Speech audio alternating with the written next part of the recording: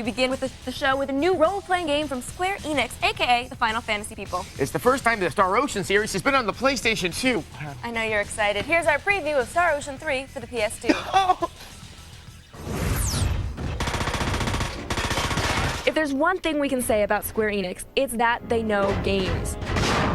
Specifically, big, sprawling RPG games. And they're no stranger to cutesy either. That said, I'd like to direct your attention towards their latest big, sprawling, cutesy RPG title, Star Ocean Till the End of Time. This here's Lord Norton's turf, so beat it or else.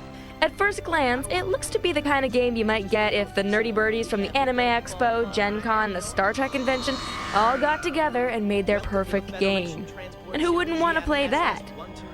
The game will take us far in the future, where man has colonized the deepest reaches of space and freely roams the stars. But life among the stars isn't all sunny alien beaches, even though that's where we meet our hero Fate, Line God, and his oh-so-perky cousin Sophia. So, even though we're at the onset of an interstellar war, Fate spends his days playing video games, chumming around with circus freaks, and getting hit on by the occasional big-eyed hottie. How would you like to come up to my room for a little drinky? But before you can say wham bam thank you blue-haired guy, their resort comes under attack from mysterious forces. After a couple of escapes and crash landings, Fate ends up separated from the ones he loves. So this is Vanguard 3. So who are the attackers and what do they want? The answer to these questions will lead Fate on an epic, multi-planet spanning quest, during which he'll meet all sorts of interesting characters, kill all sorts of interesting aliens, and maybe even find out a little bit about himself. Here we go, guys. Get a move on. Take 'em on. Battles are frantic, real-time affairs. Every character has a number of long-range and short-range attacks available to them, in addition to the usual spells, items, and attack techniques. When you're not directly controlling a character, the game's AI will take over, fighting according to the general guidelines you set. It should also be noted that this is the director's cut of the original game released a year ago in Japan.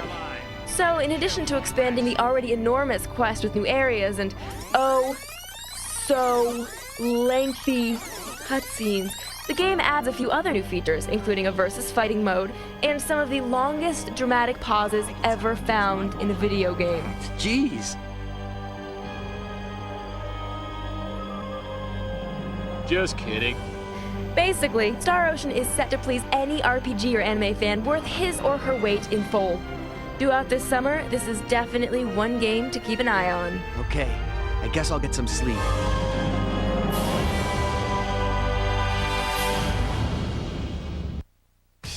What's up with all the S&M whipping? I mean, the game was all like cute and whatever, and then did an Al Pacino and Cruiser thing. Yeah, well, the Square people, they kind of like to make their characters suffer. Aerith dies in Final Fantasy VII, Squall gets stabbed with an icicle in 8.